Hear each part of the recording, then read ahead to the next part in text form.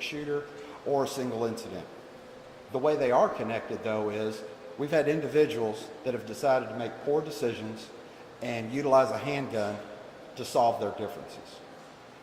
Every one of these shootings could have easily been prevented this weekend had someone made a better decision.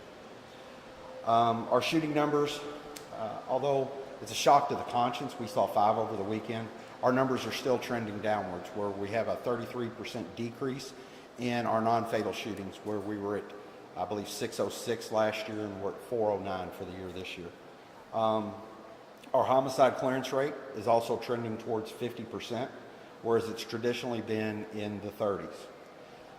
Some of the things I can attribute to our decline in these shootings and our homicides is we have outsourced our DNA testing. We're getting our DNA results back much quicker. We have implemented division flex platoons in the 1st, 2nd, 4th divisions, and are looking to implement one in the 4th division. We're also continuing to utilize our violent crime reduction detail, where we are having a more visible presence in the neighborhoods. And to be honest with you, we are getting more cooperation from our community partners. We're seeing these relationships improve to where we are getting more people calling in and giving us tips to help solve these crimes. One thing I will ask is, if you know something about these crimes, please contact our tip line, 574-LMPD. We need to get closure and some kind of healing for the victims of these violent crimes and their families. One thing I'd also ask, I know we've asked for people to call in if you know anything about it. Call us if you see anything that could prevent this. If you see something on social media, if you see individuals that probably shouldn't have guns but are posing with guns, please call us and let us know, because I would much rather be able to prevent a shooting than respond to a shooting. As far as our prosecutions have gone, we have relied more heavily on our federal prosecution, on our federal partners. We're focusing more on our higher level gang leaders, our trigger pullers, our shot callers, and high level narcotics traffickers.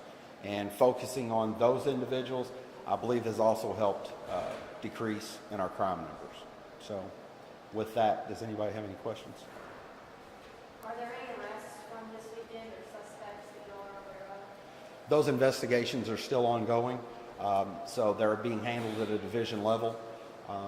But I would still ask, if anybody has any information, if you've captured anything on a Ring video camera or anything else that can help our investigators solve this crime, please call in and do so. Does that mean there have not been arrests?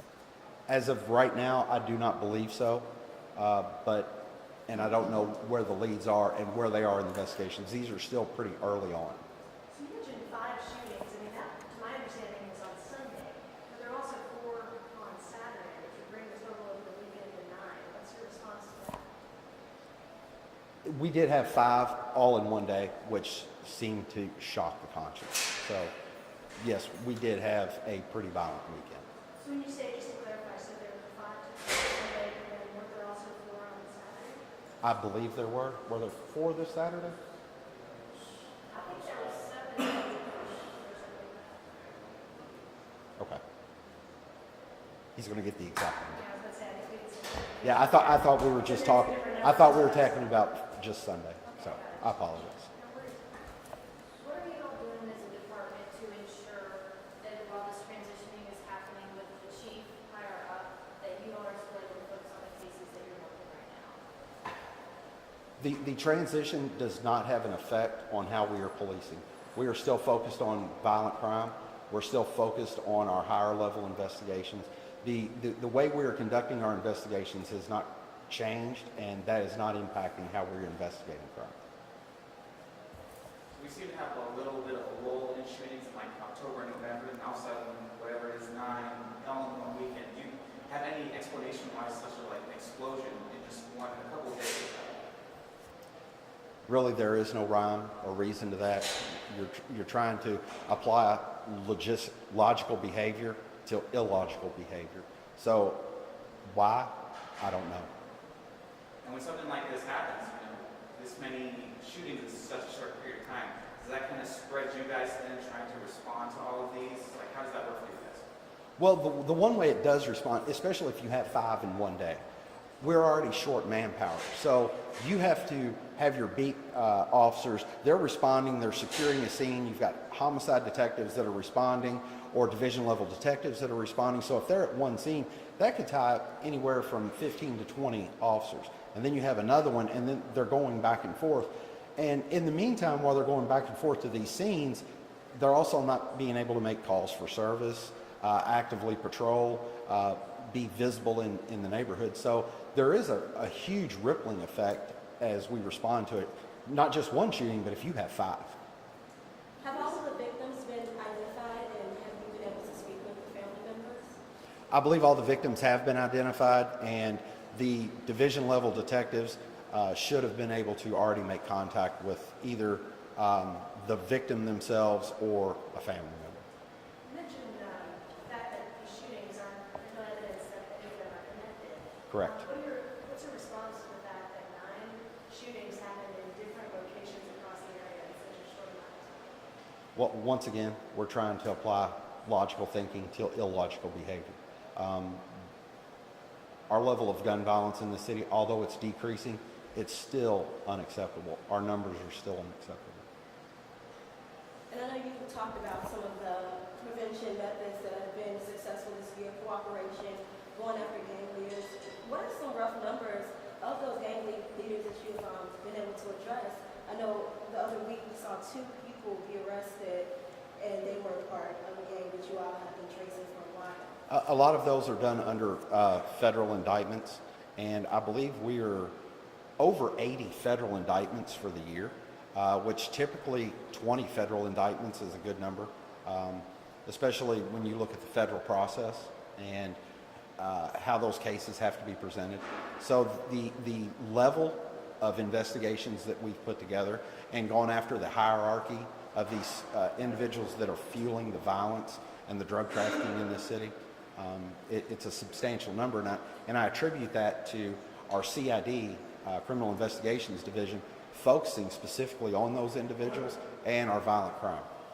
Take one more for Colonel. I understand that the numbers they are trending slightly downward from where they were last year, but we still are trending higher than we were before the pandemic. So what do you think it's going to take for these numbers to keep on going down? I think we're going to continue to focus our efforts on our proactive policing, working on our community relations so we can get individuals that are going to continue to call us and give us tips to help solve this, because we can't solve these on our own. It's going to take a group effort between us and the community and our prosecutorial partners to make sure that these individuals committing this violent crime, that we arrest them, get clearance on them, and they get substantial jail time out of these violent offenses. Thank you all for your Colonel. Did you get the right number? Yeah, for it? there was 4 on Saturday. So,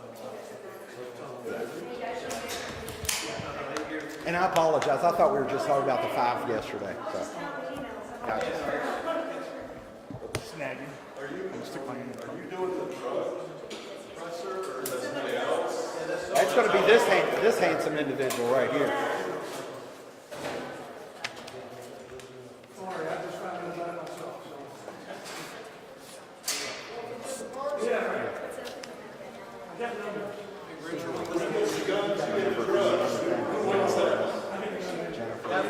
to take your advice there. It'll be a little less here, hopefully. Maybe we'll take you outside. You talking about guns? Stole my thunder? Tuesday Aaron girl. Tuesday Aaron girl. So you didn't even hear it. Thank you. That's all. Fair enough.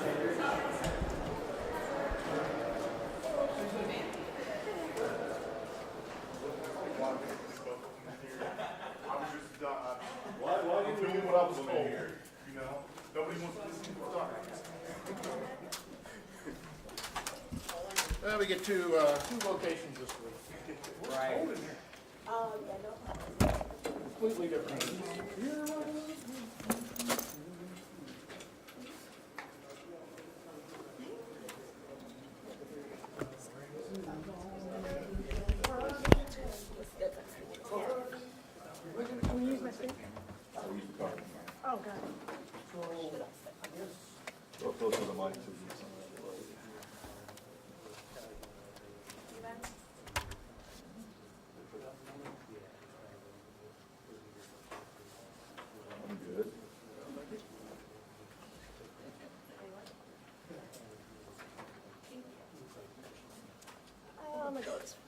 stand. Sorry. I don't want to get one of your shot.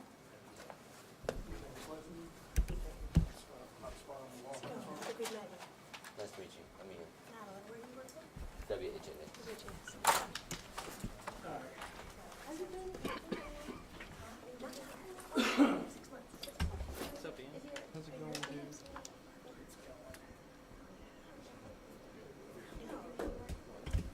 I still work the bakery the weekend mornings, so there's less chance that we'll see each other, I didn't know until you said something about your wife. Get us out.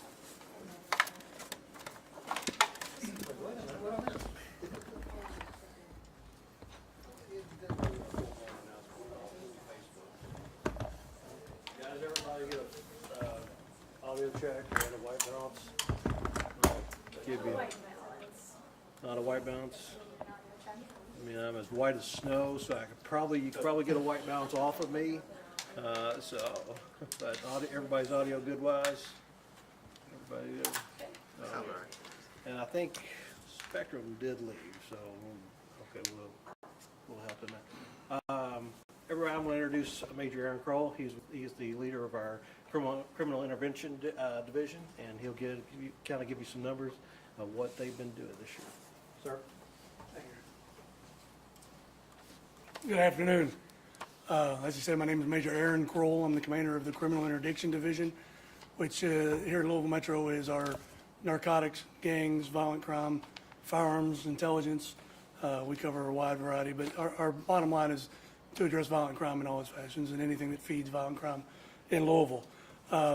We've had a great year. We're up across the board in our categories. And the numbers I'm going to talk about today, just to preface it, are for Criminal Interdiction Division, not the department as a whole. There's a lot of great work going on with the patrol divisions and other specialized units. This is just my particular division, which all we do is guns and dope and gang members. But we'll talk about that today. Across the board, we're up almost, in some categories, 200%, on average 100% from last year with our seizures, our arrests, our illegal firearms confiscated. That's in large part due to the exceptional partnerships we've had with our federal agencies, ATF, DEA, FBI, Homeland Security. We've really optimized those relationships, and we're doing a much better job of funneling prosecutions through the federal court system to get the most bang for our buck. So we're very proud of those accomplishments. A little over a year ago, or almost 2 years ago now, we restructured CID with a more specific focus on violent crime. We're not just going after narcotics for the sake of narcotics. It's individuals who are driving violent crime in Louisville, and unfortunately, narcotics and violent crime go hand in hand. So it's an avenue to pursue violent criminals through narcotics cases, firearms cases, and whatever standalone investigations we do for that purpose. Just for update, the numbers for this year so far, and we're still working. These will change and will go up before the end of the year. But where we're at current as of this past Friday, 447 felony arrests, 168 arrest warrants served, excuse me, $1,826,211 in currency seized, 345 illegal firearms, 64 of those were stolen, 156 of those were taken off convicted felons, and 33 of those were taken off of juveniles. We've seized 9,436 pounds of marijuana, 858 pounds of methamphetamine, 165 pounds of fentanyl, 18 pounds of heroin, and over 300,000 illegal pills. And a lot of those will be fentanyl pills, and a lot of these are pills that are pressed in someone's basement. These are not things that were ever intended to be sold or to be trafficked on the street through a legal means, but and a lot of the reasons why we're seeing a lot of the overdoses we're seeing is that people are manufacturing these pills in their homes, and a lot of times you don't know what you're getting. So I would really caution the public to be very careful, especially with pills. We're seeing, we have for the last several years, a substantial number of overdoses in opiate-related, opiates in particular, but pills as well, in particular, I'm sorry. And that's about all that, we have 83 federal indictments to date, which is about double what we average. And that's in large part due to our partnerships with the federal agencies. We're doing a much better job of including them on the front end. So we're building cases that are more appropriate for federal prosecution. They're involved with us from the get-go, and we're crafting more effective prosecutions that are more appropriate for federal prosecution. So that's a huge, that's a game changer here in Louisville, and I think a big reason why we're down in so many categories in violent crime. Now, would you, I mean, this uptick in seizures and stuff, would you credit, I mean, more stuff coming in, or do you think that stuff's staying the same? You guys are just working harder and using more resources to bust more people? Sure, certain things are definitely increased. Fentanyl is, I mean, over the last 2 years, it's been a year by year, massive increase each year. So there's more of fentanyl, but overall seizures, I think it's more to the direction and the focus and the intelligence-based policing that we're doing. Chief Shields has been very clear when she came in and asked me to take over CID that we're not just kicking doors for the sake of kicking doors. We're not making traffic stops trying to get traffic stops. We are focused on the violent criminals in the city who are preying on our citizenry. And because we're doing a better job of focusing on the right people and being more selective, that's actually generating more in the way of seizures, because it's a more robust investigation rather than one hitters that we're going out one day, getting one, and then one next day, we're going to see what else we can do. We're putting long-term investigations together that are more encompassing, so we're getting more money, more narcotics, more firearms, and better cases out of it.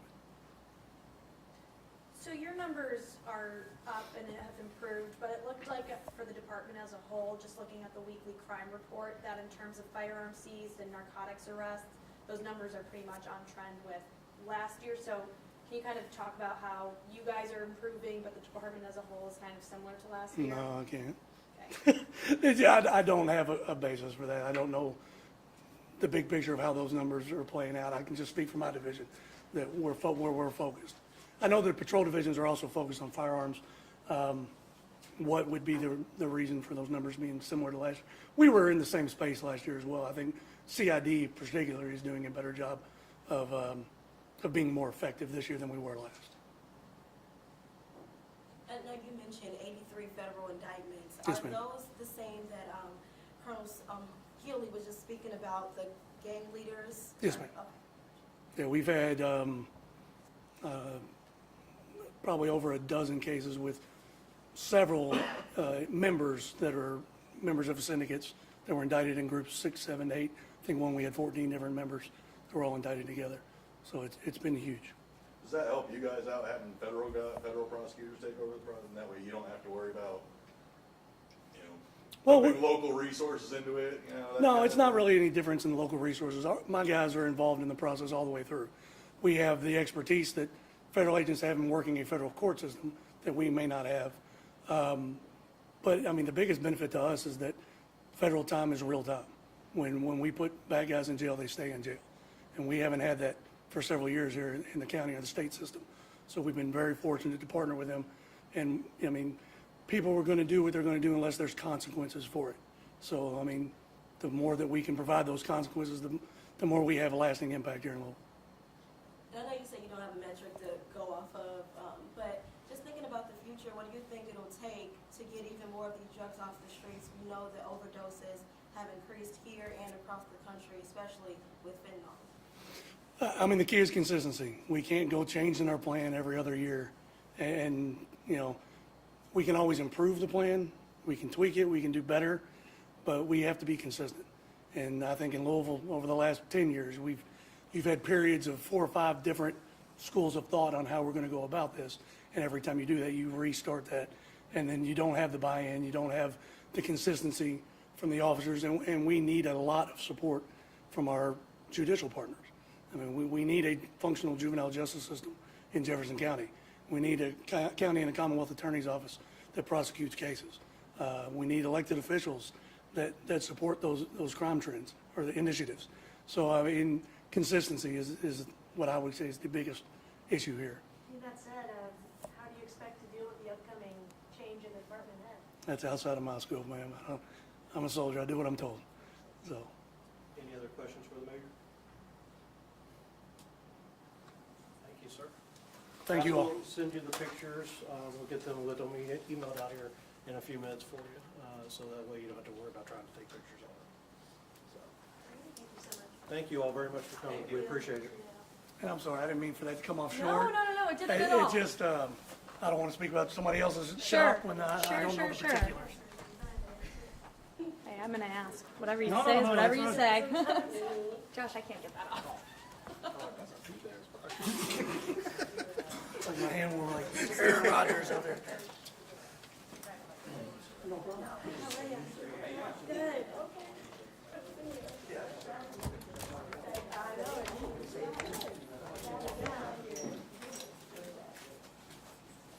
Excuse me.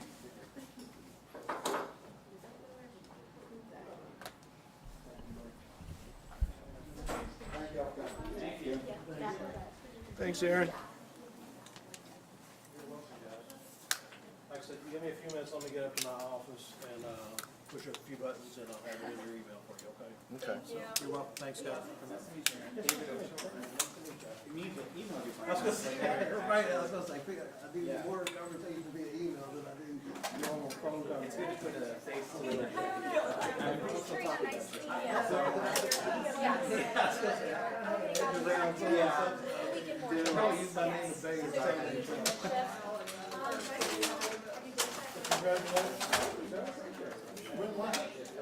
was gonna say, we don't